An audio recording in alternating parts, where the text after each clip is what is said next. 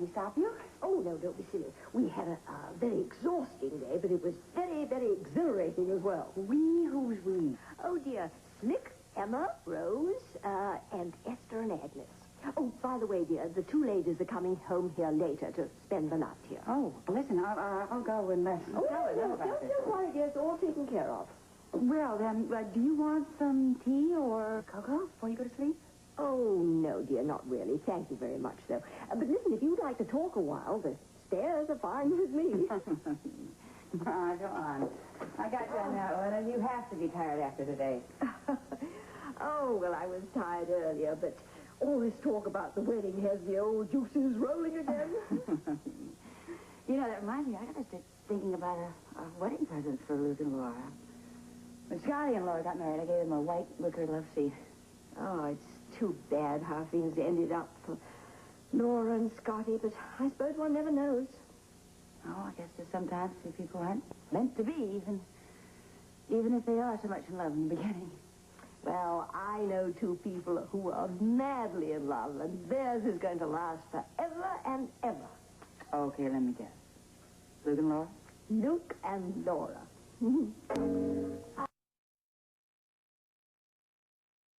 Oh, I'm in a bit of a hurry, dear, but I'd like you to meet my friends from Beecher Corners. This is Mrs. Whittaker and Mrs. Calhoun. My son, Alan Quarterman. Oh, here you are, Alan. Hi. You were supposed to be here for breakfast. What happened? I got held up by business. I'm here now. Well, we've got to hurry along. We've got a great deal of work to do. Oh, yes. Thank you. It was a real pleasure meeting you, sir. Nice to meet you, too. Mr. Quarterman. Come on, you too. Thank you. Bye-bye. Bye-bye. Bye. What was all that about? Oh, who knows? Some fool wedding plans. Here am I trying to run a company, carry on business negotiations with the New York Board of Directors, and our major stockholder is out planning a wedding. It's ironic, isn't it? Well, that isn't exactly the word I would choose. We are talking about Luke Spencer's wedding, are we not? Well, is there any other? Oh, I'm not complaining, mind you. As a matter of fact, I'm rather grateful to Luke Spencer at this moment. While your mother is busy with his pending nuptials, at least I can run the company the way it's supposed to be run. Well, you have a point there. You bet I do, and I'm going to take full advantage of it. Who knows what she's going to want to do with ELQ once she gets those two married? Nothing but time on her hands. No, there's nothing from Mexico. What? Yes, I'm really sorry that I missed the breakfast. It was business. I couldn't help it. Okay, what's on your mind? Well, since you always appreciate directness, what I'd like is a fuller picture of what's going on with the Quartermain interests. No. That's your reason for coming here, huh? It's one of them. It's not the only one. I'm concerned about you. You think you could tell me the truth and let me know how you feel, how you are? Oh, Alan, I don't know why it's so difficult for me to admit. I'm not too well, ever since Alexandra's death. It's understandable. It was a terrible shock. Yes, but you'd think I'd have myself pulled together by this time. Oh, not necessarily. Look, mourning can go on for a long time. Listen, the only thing I'm in mourning about is that infernal will. How could she do anything so stupid? How dare she put me in such a ridiculous position, needing your mother's approval for every major decision? I take it then that your trip to Paris was useless, right? Total waste of time. That will is solid as a rock. I did everything I could to move it. No use. So Mother's in full control? Well, not quite. Oh, she's certainly in control of the stock. I can run ELQ operations as I see fit, but only so far. I don't understand. Well, it's very simple.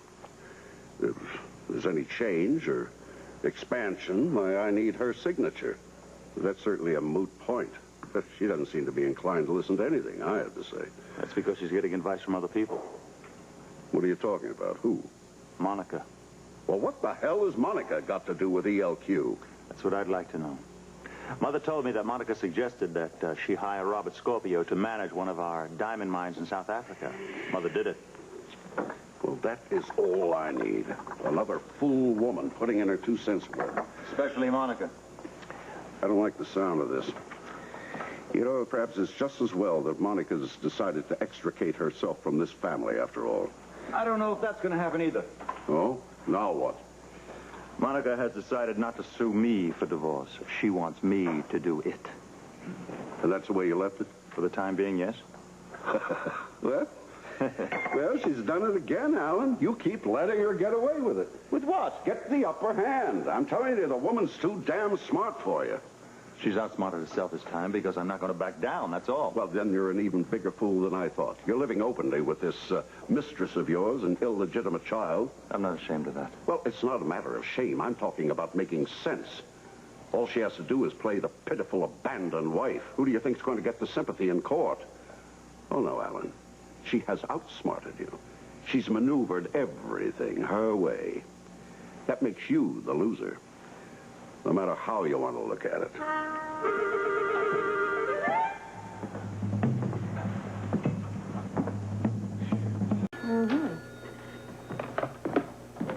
Oh, Jesse, would you please tell Dan Rooney that I'm here for the meeting? And after that, Steve Hardy wants to see me. Go off to Paris for a week and the fat's in the frying pan. Good morning, Edward. Well, no, Monica. I didn't know you were even back. Well, of course you didn't. A person could get lost in the crowd back at our place. Those two old hens fresh from the farm. Those two ladies are Mrs. Calhoun and Mrs. Whitaker. I don't care who they are. Lord knows who you're going to find running around the place next. I think Lila's gone mad. I totally disagree, Edward. I think Lila's being very gracious and very neighborly. Mm-hmm. Well, they're no neighbors of mine. Okay, well, you take that up with Lila. There's something, however, I would like to take up with you. Okay, Monica, spill it out.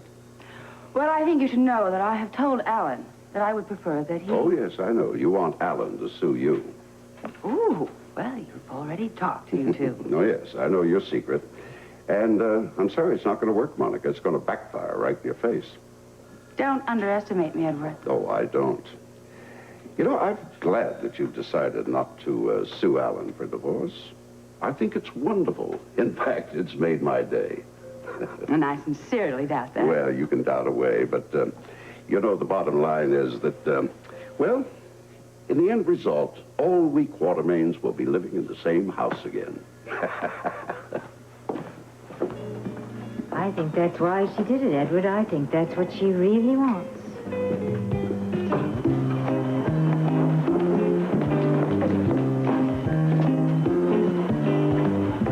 Specifically instructed me to see to it that the entire Quartermain family attend. Well, good luck. That isn't going to be easy. Tell them it is in their best interest to attend. Oh, do you need an answer now? No, you may RSVP whenever it is convenient. Good. Yes, that's exactly what we'll do. Well, thank you very much. Thank you.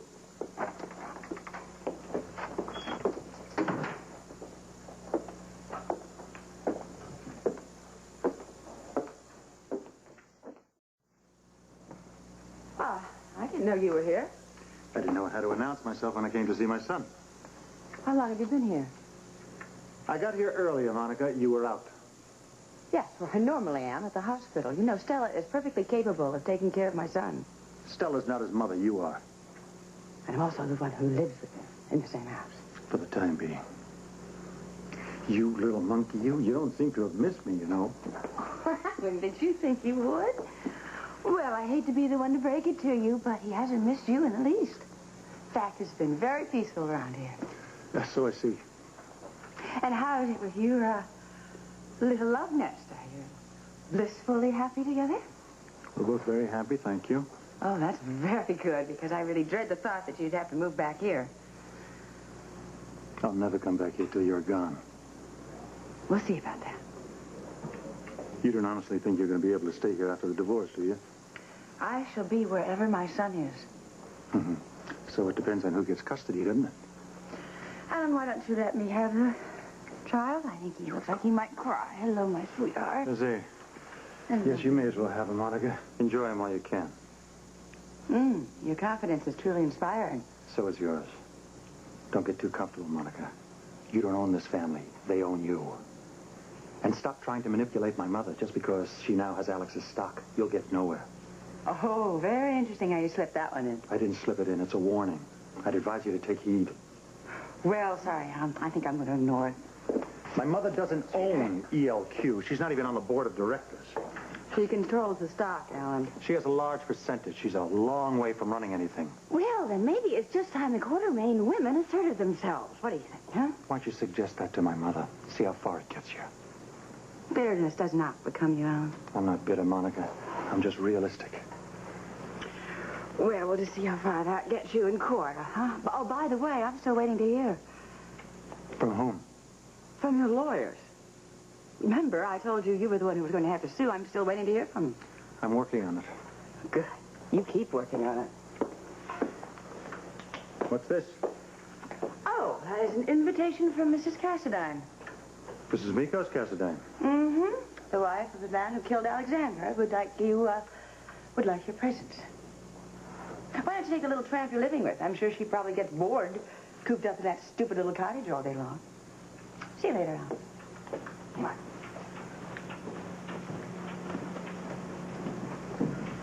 Helena Cassadine.